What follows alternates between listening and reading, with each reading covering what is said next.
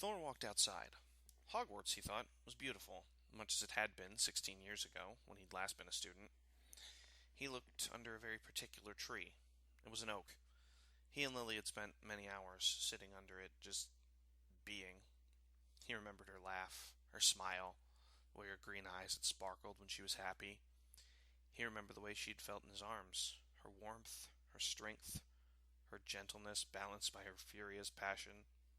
She had been like fire and life incarnate, so much so that he once compared her to a phoenix. This has led to a little bit of explaining on his part, but she had, when she realized what he was getting at, liked the comparison. He frowned slightly. He loved Lily. He loved her so much still that it was painful.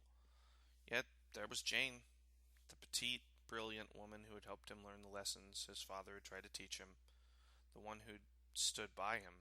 He knew that he loved her. He sighed and rubbed his face. This was complicated, to put it mildly. He thought back to Lily. He remembered the smell of her hair. He remembered the tired but utterly joyful look on her face as she held their newborn son. He remembered his last words to her. "Lily, take Harry and go. I'll hold him off." He remembered a flash of green. A painless death. The stories were true. It did not hurt in the slightest. Next, slipping away from his mortal form, then watching, helpless to intervene. And oh, how he had tried. Intangible fists striking at Voldemort, finally trying to shield Lily with his ghostly form, invisible to all others, desperately trying to impede the killing curse. He had failed. When the woman he loved had needed him most, he had failed her. That monster had taken the woman he loved from him. He closed his eyes as grief turned to anger. The sky darkened, and lightning began to dance from cloud to cloud, and the wind began to pick up, whipping autumn leaves up into the air in small eddies. The air was cold and crisp, a sign of the oncoming winter. The water in the mud was freezing to ice, and the ground was hardening. A very apt state, Thor thought, for the land that reminded him of his broken heart. "You will pay, Voldemort," Thor murmured, reining in his temper with difficulty. "But not today." He began to spin his hammer. He had places to be. "Going somewhere?" Loki asked. Thor nodded, stopping his spin and imminent flight. "New York. I think I owe the Avengers an explanation, and I wish to enlist Tony's help in getting custody of Harry and destroying the Dursleys." Loki nodded. "I need to speak to Albus," he said, "and search for Sirius. I will also keep an eye on Harry while you are gone." "Thank you, brother," Thor said quietly, before taking off. Thor flew east, as fast as he could. He broke the sound barrier within moments, and left a rippling sonic wave behind him as he shot across the Atlantic. It took him 20 minutes to reach the East Coast, angling southwards a little to get to New York. He slowed as he reached the city limits, landing carefully. It was time for a talk. Tony looked up as he saw Thor land on the balcony and stride in. "Hey, big guy, what's up?" he asked casually. "I need to speak to the Avengers. More to the point, I need to talk to my friends," Thor said. Something, Tony thought, was different about him. His syntax was more modern, and the accent was less Shakespearean. Just in case it was an imposter, he got Jarvis to run a full scan on Thor's biology, looking to see if a shapeshifter was impersonating him, and he clipped the bands for the Mark 7 onto his wrists for good measure. Thor, displaying uncommonly good observational skills, which ratcheted Tony's personal paranoia meter up even further, saw the bands and smiled. "It's me, Tony. I've just regained a few memories. 21 years of memories, to be precise," Thor said, then smiled. "I need a drink, a strong one." 21 years. That's a lot, even for an Asgardian demigod, Tony said, as he poured a scotch for himself and one for Thor. It was 3 o'clock, but Tony was always ready for a drink. Besides, it was sundown in less than 2 hours. "Actually, the term is god," Thor said, as Tony gulped some of the scotch. "An example of a true demigod, a half-human, half-god, would be my son." Thor looked amused as Tony spat out the scotch and stared at him in shock. "Yes, Tony, I am a father, as I've just rediscovered. The full story can wait until the rest of the Avengers are here, and Pepper too. I feel that I may need her advice on helping Jane adjust to this," Thor said. The reason I sound a little different is because of the influence of those memories and recently having to deal with a number of people I knew back then. Well, all the Avengers are in the tower at the moment, except for Darcy and Selvig, they're in New Mexico. And Loki, he's in Asgard, Tony said. I've just called them on the personal frequency, which Fury hasn't managed to hack yet. I know. Darcy and Eric I can collect in a little bit, and it was Loki who warned me that my son was in grave danger and broke down the memory block. I had to leave in a hurry, and he remained to explain to Jane. Currently, he's in Scotland, talking to my son and arranging the transfer of custody from his aunt and uncle, Thor said, and Tony noticed his expression darken when it got to the aunt and uncle. And thank you, Tony. I'd rather not deal with Fury at the moment. It's okay. Anything that annoys Nicky Boy is automatically a good idea in my book, Tony said. Thor chuckled. That would explain a lot of your behavior. It does, doesn't it? Tony agreed, looking up as the lift dinged. Pepper, Natasha, and Bruce making their way in. Steve and Clint were sparring, so they'll be up in a minute, Pepper explained. Hi, Thor. What's up? I have something I need to tell you, as my friends, Thor said. It is a story that's been forgotten and buried these past 12 years. It can wait a few minutes longer. The rest of the Avengers looked intrigued, and Natasha was eyeing Thor, obviously noting the same changes in demeanor that Tony had. Catching her eye, Tony pointedly removed the bracelets, and she nodded. Thor was not some evil, shape-shifting monster. A couple of minutes later, a slightly damp but clean Steve and Clint made their way in. Hey, heard you wanted a word. Indeed I do, Thor said. I would suggest you sit down. This may not be the shortest of tales, and it is not the most simple, either. Looking intrigued, Steve sat down. Clint flicked a glance at Natasha, who nodded slightly and then sat down himself. Our story starts around 35 years ago, Thor said. I was a brave but extremely arrogant and thoughtless warrior. My father thought that I needed to learn humility, and sent me to Earth as a mortal. However, this was different from the second time he sent me down as a mortal. I was reborn with no memories of my life on Asgard, to a couple called Charles and Doria Potter, and given the name James Potter. I looked rather different than I do now, for one. I had dark hair and a superficial resemblance to Loki. I was mortal, but I was a wizard. It is not only Asgardians who wield magic, mortals do as well. Indeed, 4 of their greatest witches and wizards were trained by Loki and myself, though my part mostly extended to the arts of combat. My premier student is known even over 1,000 years later as one of the greatest duelists in history, so I feel justified in being proud. Everyone looked interested and was listening closely. Thor took a deep breath. I grew up a somewhat spoiled child. I was born to parents who were rich, kindly, and quite old, and as the only child I was indulged a lot, and as I suspect Tony was, he said, adding the last part at Tony's nods of understanding. I wanted for nothing. At the age of 11, I went to a school for young witches and wizards called Hogwarts, in Scotland. Tony gave Thor a sharp look, noting that Loki was probably at the school at that very moment. I met a boy called Sirius Black, and he became my best friend, Thor continued. In many ways, now I come to think of it, he was very like Tony, handsome, rich, talented, did not get on with his family at all underneath the swagger, and a good man. Stop, you're making me blush, Tony said dryly, trying a chuckle from Thor. They have the same sense of humor, too. Sirius would have said the exact same thing in that position, Thor said. I met a couple of other boys who were to become my best friends. A boy called Remus Lupin who had the unfortunate curse of lycanthropy. He was a werewolf, turned intentionally by a monster called Fenrir Greyback when he was a child. And Peter Pettigrew. I met a girl called Lily Evans and her friend Severus Snape. Snape I took a dislike to immediately, with his supercilious attitude, greasy hair, and hooked nose. His fascination with the dark arts only compounded that dislike. Lily I mostly dismissed, though she intrigued me. The beginnings of a crush, Tony said, nodding sagely. Thor nodded. Exactly so, Tony. As time went on, I became a star at the school sport, Quidditch, which was unsurprising since it involved flying. My friends and I became known as the Marauders, the finest pranksters to grace the halls of Hogwarts. For context, we once turned one of our 4 house tables into a herd of badgers, and we discovered Remus's lycanthropy, which he'd been carefully hiding with the aid of the headmaster. He was our friend, and we didn't care for Wizarding World saw him as a dark creature for something he had no control over.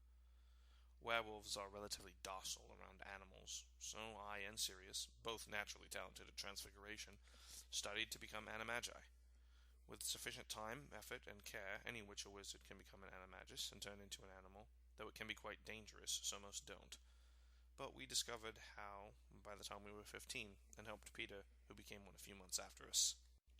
"What was your form?" Tony asked, bouncing excitedly, even after the experience of dealing with a skilled shapeshifter in Loki, who had been known to take requests. Tony was not ashamed to admit that he still found the concept immensely cool. In answer, where Thor had been standing, there was now a large stag with a fine rack of antlers. "Wow," Pepper breathed. Natasha and Clint raised simultaneous eyebrows. Steve nearly fell off his stool in shock, and Tony reached over to poke Thor, checking to see if the stag was real. "How?" he asked. "It violates the conservation of mass," Bruce said, then added dryly, "Congratulations, Thor. You've officially broken the laws of physics." Thor shifted back and grinned. "I think that Loki could provide an explanation that would satisfy you and explain how animagism and the laws of physics fit together, as with his own brand of shape-shifting, but I cannot," he said, then paused. If he didn't find the mystery more amusing. He shook his head. "Anyway, by around 15, I was also head over heels in love with Lily. She didn't return my affections, rightly thinking I was arrogant, egotistical, and a bit of a dick. I'll admit that I treated Snape, her friend, badly, though he never missed an opportunity to curse me, so I consider turnabout fair play." "Your other self is sounding more and more like Tony was a few years back," Pepper said dryly. "I don't think I was quite that bad," Thor said cheekily, continuing as Tony spluttered indignantly. "Snape fell into bad company, delving further into the dark arts, and called Lily a Muggleborn. At this point, I feel I should explain that Muggleborns are witches and wizards not born into the old wizarding families, born to non-magical parents. I was what was called a pureblood, and many purebloods, though not myself and my parents, thought that Muggles were lesser creatures and that Muggleborns were weaker than even half-bloods. This was bullshit, since Lily was easily the most powerful witch or wizard of her generation, but some people refused to see. Anyway, Snape called Lily a mudblood. It's the wizarding equivalent of the N-word," Thor said, expression grim. "Apparently, he was completely contrite later, begging for forgiveness, but Lily was having none of it. He'd chosen his side, a group known as the Death Eaters, and she'd chosen hers. A couple years later, in our final year, I grew up a bit, and she began to love me back. It was young love," Thor said, clearly lost in memory. Then he visibly snapped back to the present, his face hardened. "Young love in wartime. The Death Eaters were led by an extremely powerful wizard called Lord Voldemort. He was a fully fledged Dark Lord, and to give you an idea of how dangerous one of those is, the previous Dark Lord, Grindelwald, was the man behind Adolf Hitler.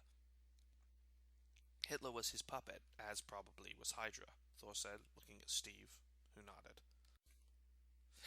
"Do you know a wizard called Albus Dumbledore?" Steve asked. Thor nodded. "My former teacher, and good friend.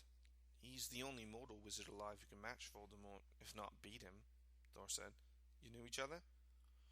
"We worked together during the war. I liked him. I got the impression he and Grindelwald went back, and not in a good way," Steve said. "I'm sure he'll be glad to see you," Thor said, looking somewhat surprised. "Anyway, as young couples do, Lily and I got married at a young age, barely 19. Both sets of parents were murdered, though both put up a good fight. Lily's parents, though wandless and in their 50s, took out 15 Death Eaters and survived several murder attempts before being killed, and my own took out 6 of Voldemort's very best." "That must have been hard," Pepper said sympathetically. Thor grimaced. "And it still hurts. They were as much my parents as Odin and Frigga, but Lily and I wanted to get the most out of our probably short lifespans. We fought on the front lines, as Aurors, and part of the Order of the Phoenix, Dumbledore's counterpart to the Death Eaters as the government was being corrupted, and married. We were young, happy, and in love, and soon after Lily was pregnant." Everyone aside from Tony looked shocked as they realized the implications of this. In fairness, Tony had to admit that he was still pretty shocked, and part of his brain was running through all the considerable implications. "Soon after the birth of our firstborn, Harry James Potter, there was a prophecy. A child born on his birthday would have the power to defeat Voldemort. Lily, Harry, and I went into hiding. Only one person knew the secret of our location. Our friend, Peter Pettigrew. We put it about that Sirius was the secret keeper, he being the logical choice, Thor said, and paused to take a deep breath. You see, Sirius was a powerful wizard, easily as strong as I was, if not stronger. He was a natural warrior, with a rare and instinctive talent for combat in the same way Steve is an instinctive leader. He was brave, brilliant, witty, and a skilled leader. He was a cut above the rest, an up-and-coming aura. Peter was none of these. Then, on Halloween, the year after Harry was born, Pettigrew betrayed us. Voldemort himself attacked. I was caught without my wand, and while with it I was powerful enough to hold him off for long enough to allow Lily and Harry to escape. All I could do was die. My spirit, complete with memories of my true life as Thor, could only watch and weep as Voldemort faced my beloved Lily, telling her to stand aside while she pleaded for Harry's life. She refused to step aside. He killed her, in cold blood. Thor was openly crying now, and all the Avengers looked horror-struck. Boys, my, Natasha whispered, and Tony laid an awkward hand on Thor's shoulder, squeezing gently. Comfort was not something he was good at, but the thought was what counted, right? Then he turned on Harry. Voldemort used the killing curse, a spell that is impossible to counter, the only protection being to dodge and put something between you and it. And he used it on Harry. And the impossible happened. The curse rebounded with enough force to tear the house apart, leaving it a smoldering ruin. Harry survived, with a scar, and my spirit was whisked back to Asgard, where I regained my true form. Voldemort was gone, having taken the brunt of the rebounding curse, but Pettigrew and Voldemort's other servants still lived. As soon as I was able, I leapt out of bed, ranting and raving. I wanted to kill every damn Death Eater I could lay my hands on. I wanted revenge, and I was senseless with rage and grief. I remember my father restraining me, taking the memories of that time, banning any reference to the time I'd been away. I was as I had been before. All was forgotten. I did not grieve for my wife, for I did not remember her. I did not search for my son, for I did not know he existed. Jesus Christ, Tony muttered, opting for a form of comfort he was more familiar with by pouring Thor another scotch, which the Thunder God accepted with a nod of thanks, downing it in one. Steve reached across and took one of Thor's hands in his own, giving it a reassuring squeeze. Tell it in your own time, Thor, Steve said kindly. From your perspective, you lost someone you loved very dearly only a few days ago. We can wait. Thor fixed him with a look and then smiled. Ah, Steve Rogers, this is why you are one of the greatest men I've ever had the good fortune to encounter in my very long life. Thank you, but I will finish the tale.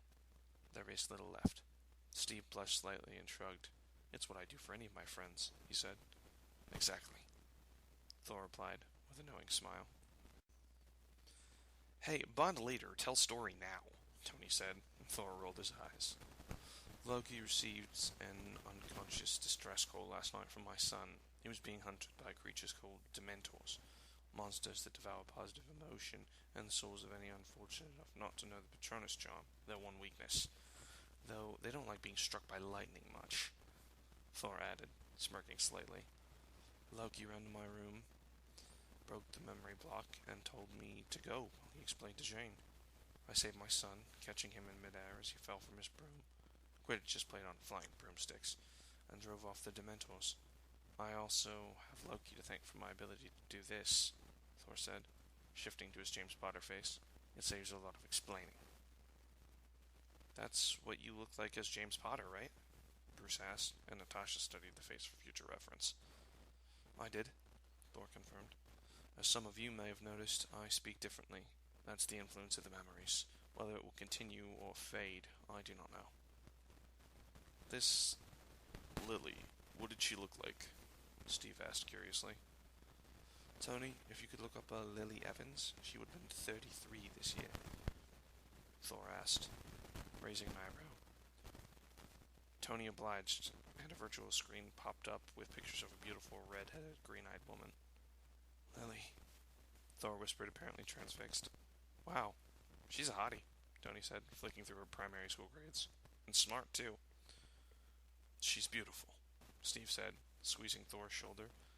Of all the Avengers, he understood how Thor was feeling best. After all, he'd been in the exact same position with Peggy, but he at least had been spared the pain of watching her die. Aye, she was. All fire and passion. Anyone who crossed her lived to regret it. She wouldn't tolerate even the slightest injustice, and always had a kind word for the less fortunate. She dueled Voldemort personally at 19 and held him off. I can count on both hands the number of people who've done that at any age, and I'm one of them, Thor said, smiling sadly. Tony zoomed in on one of the better pictures, and Thor reached out, touching the image's hair. Goodbye, Lily, he whispered, tears rolling down his cheeks. Tony, if you would. Tony obligingly removed the images. Thank you, all of you. I needed that. Pepper, Thor said, wiping his tears away, then paused, searching for the right words. You want advice on how to get your newfound son and girlfriend to adjust to the circumstances and hopefully get along? Pepper said. Thor's jaw dropped. She's good, Tony said, smirking. Come on, Pepper said. I'll give you some advice and have a word with Jane. You might want to keep Darcy out of it for the moment, because though she is a lovely girl, she's even less tactful than Tony on a bad day. She shot a look at Tony, which takes some doing. Tony pouted. He wasn't that bad, was he? Loki teleported into the shadows of Dumbledore's office. The man himself was busy reading. You are quite the chess master, Loki said calmly. To his credit, Dumbledore didn't look startled, merely mildly amused. I have always rather enjoyed the game, he said calmly. To what do I owe this visit? Little enough, Loki said lightly. It's just the war between yourself and Voldemort. It's much like a chess game. For instance, Harry's your king, potentially useful and if used creatively very dangerous, but also gravely at risk and to be protected at all costs. Voldemort currently is his own king, again dangerous but vulnerable. As for the rest, he said, conjuring an illusion of a chessboard, let us see. The knight, a piece that moves in unexpected fashions. That is Snape, your spy. A pawn, a small piece that could yet become more. That's Sirius Black. A powerful wizard in his own right, he could yet become useful. But not yet. He's still lost. It is more the higher order pieces that concern us, especially since we can introduce some new pieces, Loki said, lifting one up and examining it. The Queen, the most powerful and arguably the most valuable piece on the board. That's my brother, a powerful wizard and a powerful deity. He's probably your single most powerful asset. I myself am a knight, dangerous and unpredictable, he smirked, and in my case, impossible to predict for both sides. Dumbledore had steepled his fingers and was watching him. Then, Anthony Stark, Iron Man, powerful and direct. He would make a good Rook. The other Rook is Dr. Banner, otherwise known as the Hulk. The two bishops, one would be Hawkeye, and the other would be Captain Rogers, Loki said thoughtfully. And Miss Romanoff? Dumbledore asked. A pawn, Loki said instantly. Apparently harmless, but really the most dangerous of them all, if you leave her unwatched. He looked at Dumbledore. When I tried to rule this world, it was her that was my undoing. She's a valuable ally and a terrifying enemy. He sat down. You have powerful pieces, and I'm here to warn you. Good intentions or no, any manipulation that leads to my brother and nephew coming to harm will be met with severe punitive action. Dumbledore nodded calmly. I understand, he said quietly.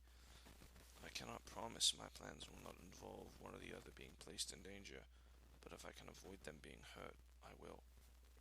Loki looked at him for a long moment, and then nodded. See that you do, he said, teleporting away in a shadowy swirl of golden-green robes. I do wonder if he just did that to show off, Dumbledore murmured to Fawkes, slightly amused. He went back to his book. The tale of the three brothers had always fascinated him.